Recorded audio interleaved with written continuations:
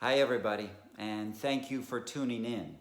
We have worked our way up to fair fighting rule number 9, and that's number 9 in Chinese Sign Language. And the subject of our rule is limit the topic. If there has been a general lack of communication with your partner, then it's likely that there are a number of unresolved issues.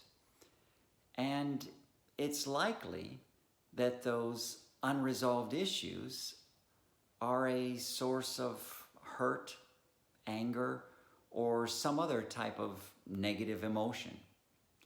And over time, the number of issues may have increased, and the level of emotion surrounding those issues may have increased as well, until one day you can no longer contain yourself. Well, we all know what happens next, and usually it's not a pretty sight. But I guess if you're looking for something positive to say about that approach, well, I guess you could say you got it off your chest, right? But at what cost? Well, I am here to make the case that perhaps there's a more reasonable approach. First, let's try and identify some of the drawbacks to the approach that says, hey, let me store up all of my issues and let me store up all of my emotions until I reach my breaking point. All right, that crazy description of a less than desirable approach gives plenty of clues as to what's going wrong with that style of communication. First of all, I think it's hard to organize your thoughts if you've got too many issues to address. Another concern might be that you're not as effective as possible in prioritizing all of the issues and in what order you'd like them to be discussed. Another issue might be that, hey, you've got so many topics you want to address that you actually forget one, two, or more of them, and they never even get brought up at all. Another hazard might be that, hey, your partner is just simply overwhelmed by the sheer amount of anger and frustration that's being foisted upon them.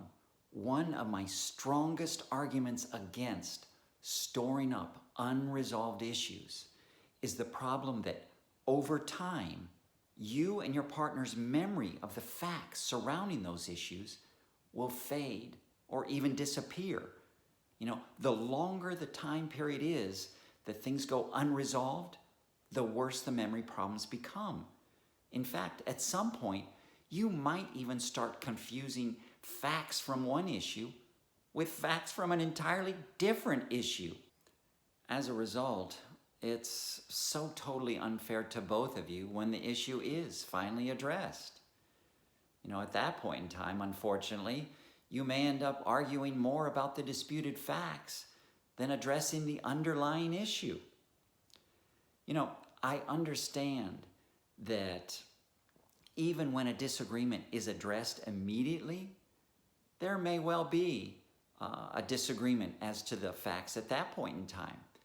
But it's only going to be that much worse if there's a significant delay between the time that the issue arises and when it is finally addressed. There's also the consideration of time.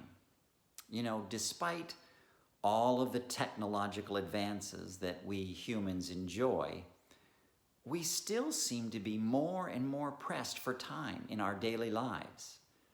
So rather than try to compress a whole lot of issues into a very small amount of time, why not take one issue and give it the time that it deserves? So at this point, we've actually covered quite a bit of information, and I hope this video has provided you with enough reasons to motivate you to resolve an issue as close to the time that it occurs as possible.